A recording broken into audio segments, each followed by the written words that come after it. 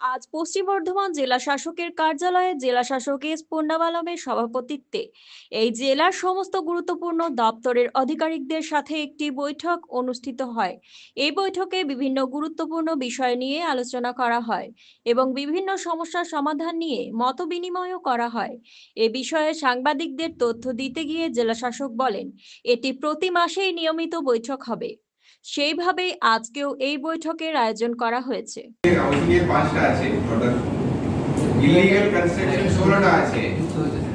এই এটা কি আছে 16টা ইলিগাল কনস্ট্রাকশন গুলো ওটা দেখে দেখে ডিসকাস করতে হবে, ঠিক আছে? যে যে আছে পেন্ডিং আছে ওটাকে লিস্ট বার করো, লিস্ট বার করে কনসার্ন এডিএম দেরকে দিয়ে দিন।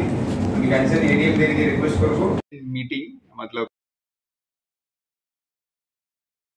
জেলাতে যত লাইন ডিপার্টমেন্ট আছে ওদের সঙ্গে মাসে মাসে আমরা স্পেশালি যেটা ইন্টার ডিপার্টমেন্টাল ইস্যুস যেটা আছে ওটা সমাধান করার জন্য একটা মিটিং করি।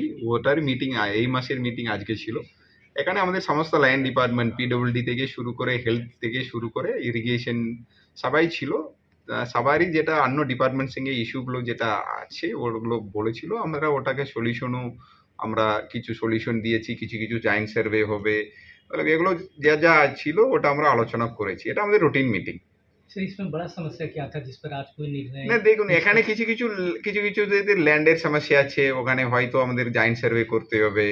আর কিছু কিছু হয়তো এখানে मतलब যেটা কোঅর্ডিনেশন ইস্যুতে যেরকম থাকে, যেখানে যেখানে ইলেকট্রিক কানেকশন मतलब অ্যাপ্লাই করেছে ওটা তাড়াতাড়ি হলে ভালো হবে। এইরকম ছোট ছোট সমস্যা, কোনো বড় সমস্যা এমন কিছু নেই। All are small issues.